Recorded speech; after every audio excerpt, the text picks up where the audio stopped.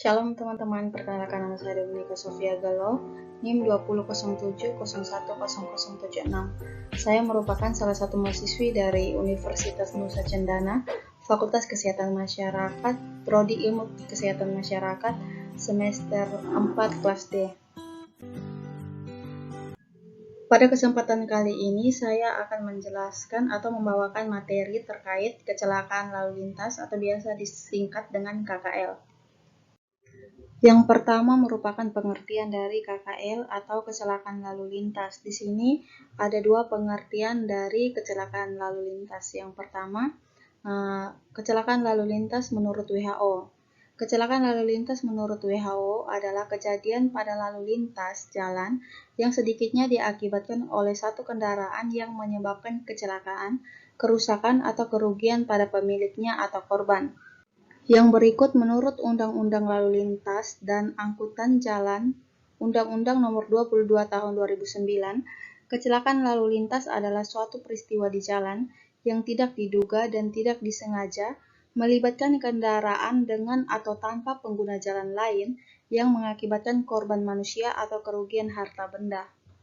Berikutnya, besaran masalah KKL di Indonesia dan di NTT.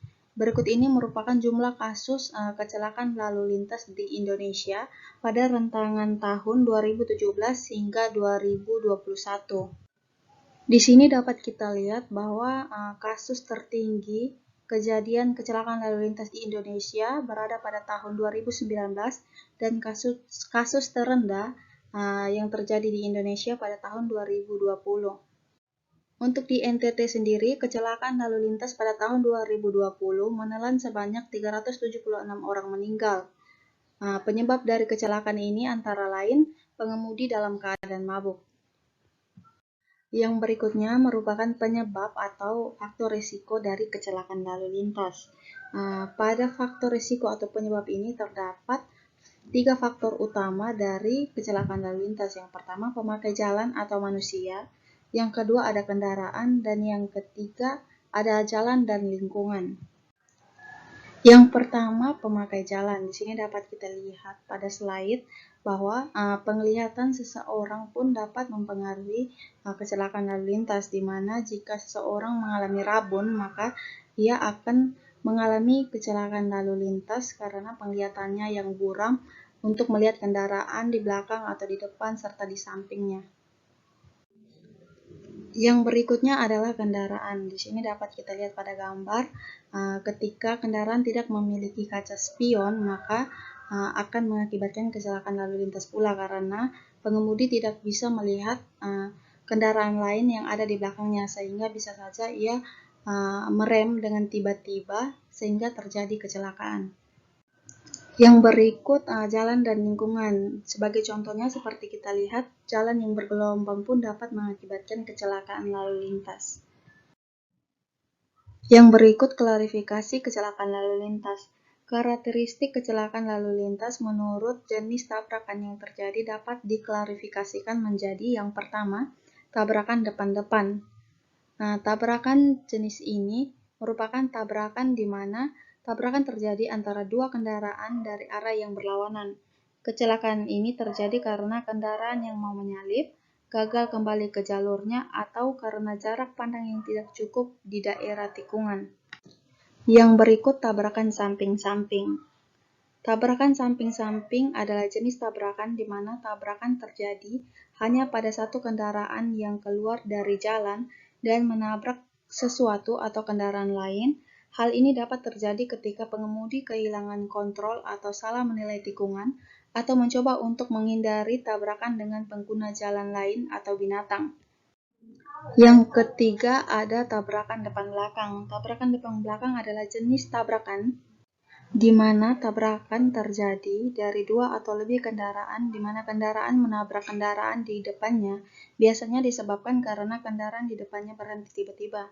Jenis kecelakaan ini juga dapat menyebabkan kecelakaan beruntun di mana melibatkan lebih dari dua kendaraan. Yang berikut tabrakan depan samping. Tabrakan jenis ini merupakan tabrakan di mana terjadi antara dua kendaraan secara bersampingan dengan arah yang sama. Tabrakan ini sering terjadi di persimpangan, di tempat parkir, atau ketika kendaraan menabrak dari samping suatu objek tetap. Jenis kecelakaan yang kelima atau yang terakhir adalah terguling. Terguling adalah jenis tabrakan di mana kendaraan terjungkir balik, biasanya terjadi pada kendaraan dengan profil yang lebih tinggi seperti truk. Kecelakaan terguling berhubungan langsung dengan stabilitas kendaraan. Stabilitas ini dipengaruhi oleh hubungan antara pusat gravitasi dan lebar truk. Pusat gravitasi yang tinggi dan truk yang lebar dapat membuat kendaraan tidak stabil di tikungan dengan kecepatan yang tinggi atau perubahan arah belokan yang tajam dan mendadak. Yang berikut program pengendalian kecelakaan lalu lintas. Program yang saya ambil di sini adalah program LT. LT adalah metode pencatatan pelanggaran dalam berlalu lintas secara elektronik. Pengembangan teknologi kamera LT sebagai upaya untuk meningkatkan keamanan bagi masyarakat. Konsep Smart City yang tengah dikembangkan di daerah yang dinilai menjadi salah satu bagian untuk meningkatkan pelayanan serta menekan angka kecelakaan di jalan. Program pelayanan berbasis digital ini terus diperbaharui guna tingkat kecelakaan di Indonesia bisa terus menurun, bahkan dapat meminimalisir penyimpangan anggota saat bertugas. Yang berikut pencegahan kecelakaan lalu lintas. Yang pertama, pencegahan tingkat awal, di mana pemantauan status kesehatan, misalnya pelarangan orang sakit dalam mengendara.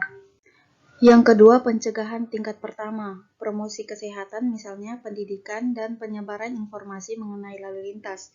Pencegahan khusus, misalnya perlindungan pengendara terhadap bahaya, memakai helm misalnya.